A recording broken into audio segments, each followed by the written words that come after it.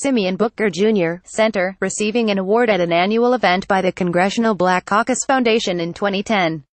And HeisenfeltAssociated Press Simeon S. Booker Jr., an award-winning journalist and author who provided pioneering coverage of racial injustice and the civil rights struggle for readers of Jet and Ebony magazines and was the Washington Post's first black reporter, died on Sunday in Solomons, MD. He was 99. His wife, Carol, confirmed his death to the Post. As the escalating battle between civil rights activists and die-hard segregationists became the nation's most gripping domestic story in the 1950s and 60s, Mr. Booker traveled dangerous roads with freedom riders, marched with protesters and covered the major racial crises and personalities of the era.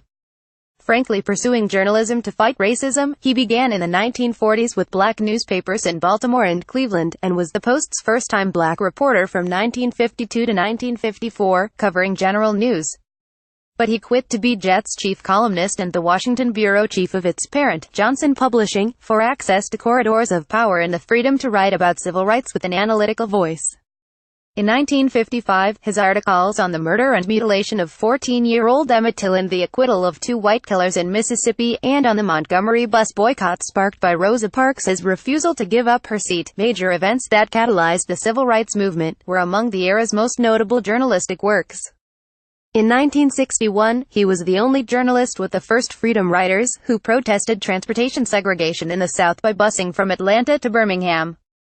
A 150-mile gauntlet of mob violence peaked in Alabama with a firebombing and attacks by police officers with nightsticks and snarling dogs.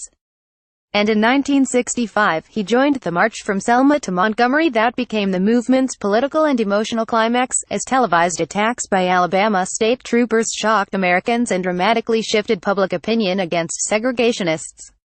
For the millions of readers of the weekly Jet and the monthly Ebony, he was more than a frontline reporter. He also covered Washington policies, interviewing presidents and members of Congress, and analyzed the tactics and strategies of civil rights movement leaders, including the Rev. Dr. Martin Luther King Jr., Roy Wilkins, Whitney Young, A. Philip Randolph and James Farmer. Mr. Booker, who retired in 2007 after 65 years in journalism, had also chronicled the wider black experience, political and economic trends, the achievements of celebrities, the changing lives of ordinary people, for readers who often saw themselves reflected in the main media in stereotypical ways. I always found myself opening Jet and looking first at what he had to say, Dorothy Height, founder of the National Council of Negro Women, recalled at a retirement party for Mr. Booker at the National Press Club in Washington. It was like getting the gospel according to Simeon. Simeon Saunders Booker Jr. was born in Baltimore on August 27, 1918, the second of 4 children of Simeon Saunders Booker and Roberta Waring Booker. The family moved to Youngstown, Ohio, when Simeon was 5. He became interested in journalism through a family friend who owned the Baltimore Afro-American, and he joined the paper as a reporter in 1942 after earning a degree in English from Virginia Union University, a historically black school in Richmond. In 1945, he returned to Ohio and joined another black newspaper, the Call Post, in Cleveland. Besides his news reporting, he took graduate courses in journalism and radio at Cleveland College, and began writing for Ebony. On a cross-country car trip, he wrote profiles of black people, including a cowboy in Wyoming and a Mormon in Utah. In 1950, he won a Nieman Fellowship to study for a year at Harvard.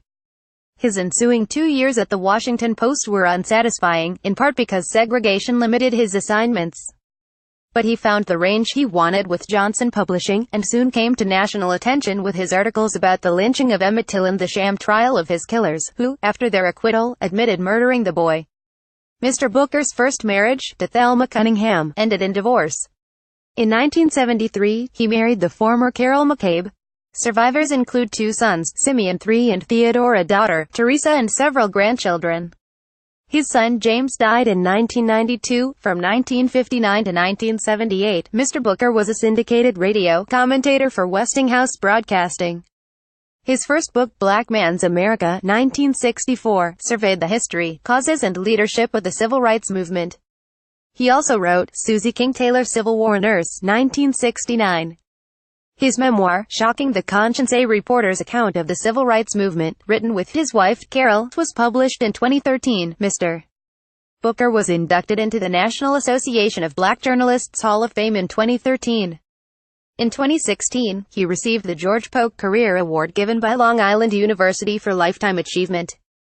He was nominated by 17 members of Congress this year for the Congressional Gold Medal along with the Presidential Medal of Freedom. It is the nation's highest civilian honor. I had a compelling ambition to fight segregation on the front line, he told the National Press Club in 1982 when he received its fourth Estate Award for lifetime achievement. I stayed on the road covering civil rights day and night. We ducked into funeral homes at night to photograph the battered bodies of civil rights victims. The names, the places and the events became history. A version of this article appears in print on December 11, 2017, on page B7 of the New York edition with the headline Simeon Booker, pioneering reporter on race issues and injustice, dies at 99.